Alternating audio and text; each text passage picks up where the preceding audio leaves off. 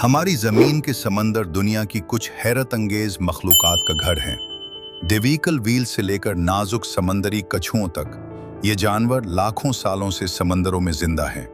इंसान के ज़मीन पर आने से भी बहुत पहले, लेकिन आज समंदर बदल रहे हैं।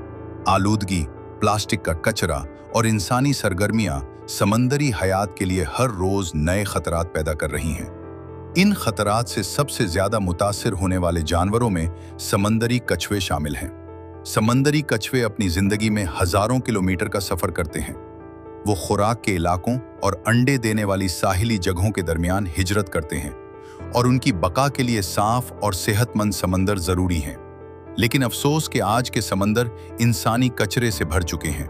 प्लास्टिक बैग्स जो जेलीफिश की तरह पानी में तैरते हैं, माहीगीरी के जाल जो खामोशी से लहरों के नीचे बहते रहते हैं, और लाखों प्लास्टिक स्ट्रॉ जो हर साल समंदर में जा पहुंचते हैं। समंदरी जानवरों के लिए ये चीजें सिर्फ कचरा नहीं होती, बल्कि जानलेवा जाल बन सकती हैं। समंदरी कछुए इस आलूदगी से सबसे ज्यादा मुतासिर होने वाली मखलूकात में शामिल हैं।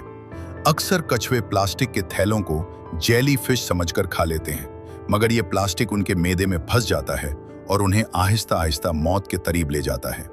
बाज़ औक़ात कछुए फिशिंग नेट्स और प्लास्टिक की रस्सियों में बुरी तरह उलझ जाते हैं। वो तीर नहीं पाते, खुराक तलाश नहीं कर पाते और सांस लेने के लिए सतह तक नहीं पहुंच पाते। आखिरकार ये खामोश मौत उनका मुकद्दर बन जाती है। शार्क को समंदर का ताकतवर शिकारी समझा जाता है, मगर आलूदगी उनके लिए भी एक बड़ा खतरा बन चुकी है। समंदर में मौजूद जहरीले केमिकल और माइक्रो प्लास्टिक छोटी मछलियों के जिस्म में दाखिल होते हैं। जब शार्क उन मछलियों को खाती हैं, तो ये जहर उनके जिस्म में जमा होता जाता है।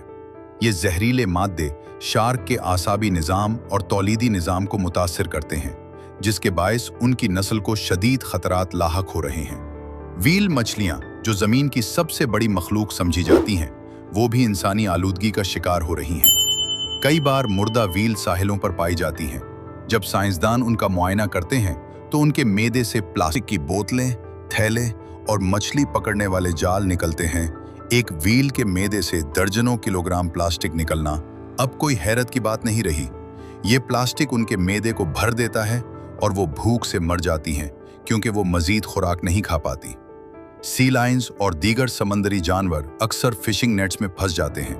ये नेट्स समंदर में बरसों तक तैरते रहते हैं।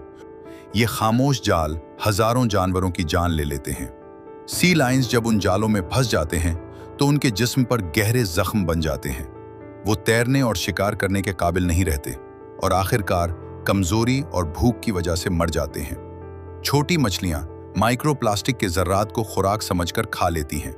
ये जर्रात इंतहाई छोटे होते हैं और समंदर के पानी में हर जगह फैल चुके हैं।